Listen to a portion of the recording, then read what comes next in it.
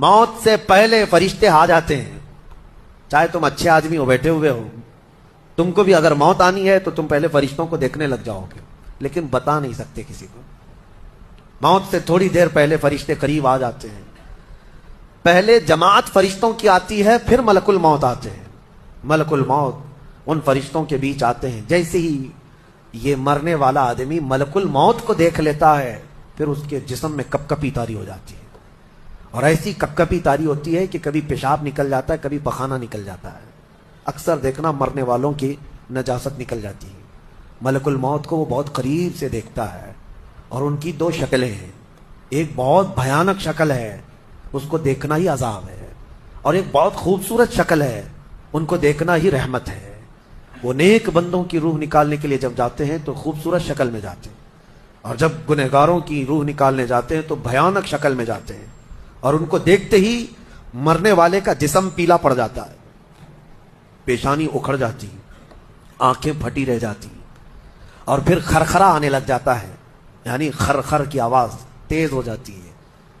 وہ بولنا چاہتا ہے اپنے پاس والوں کو, لیکن بول نہیں سکتا, بند ہو جاتا ہے. یہ وہ وقت ہے جب اس کے توبہ کا دروازہ بھی بند ہو جاتا ہے. اب اگر فرشتوں کو دیکھ کر کوئی توبہ بھی کر لیا, ایمان لایا, تو اس کا ایمان قبول نہیں.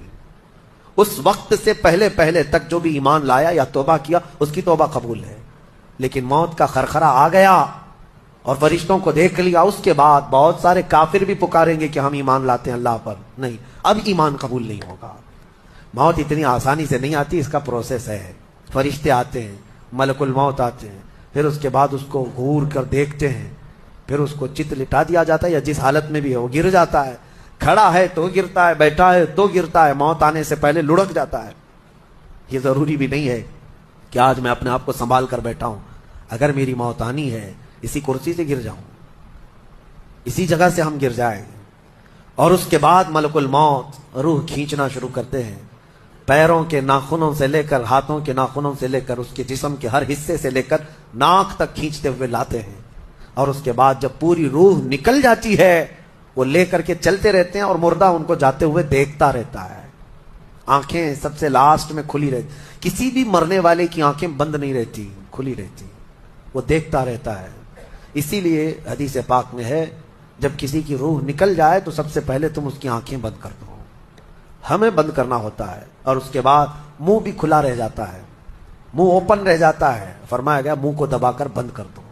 یہ سب نشانیاں ہیں میرے عزیزوں موت کی سختیوں کی.